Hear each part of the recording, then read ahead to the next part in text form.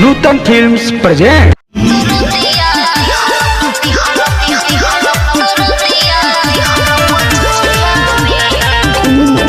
presented by Ananya Films.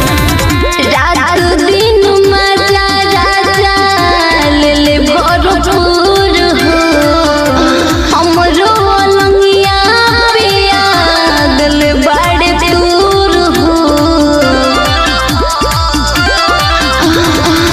रात दिन मजा राजा ले भरपूर हो हमरो लंगिया पिया दिल बड़े दूर हो दर्दिया दिहल कमरिया में रहन तनी दूर हो दर्दिया दिहल पजरिया में रहन तनी दूर हो Ananya Recording Studio, Patna.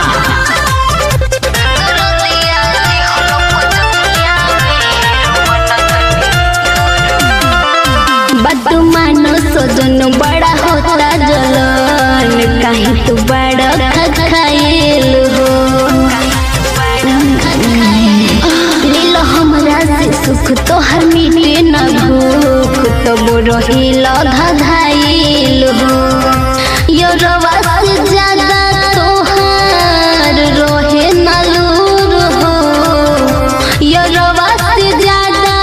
तोहार रहे न लूर हो दर्दिया दिहल पजरिया में रहन तनी दूर हो दर्दिया दिहल पजरिया में रहन तनी दूर हो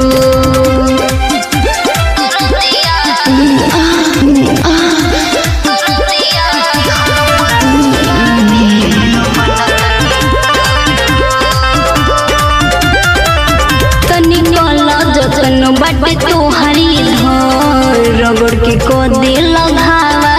हो सुन चंदन सजन तोहार भरल न मन काल से खातो निदावा हो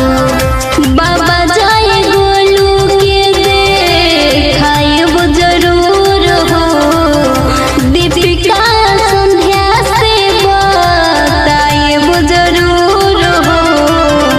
दर्दिया दिहल कमरिया में रहन तनी दूर हो दर्दिया दिहल पजरिया में रहन तनी दूर हो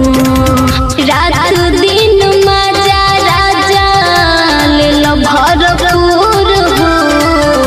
हमरो लंगिया पिया दिल बड़ दूर हो दर्दिया दिहल कमरिया में रहन तनी दूर हो दर्दिया दिहल कमरिया में रहन तनी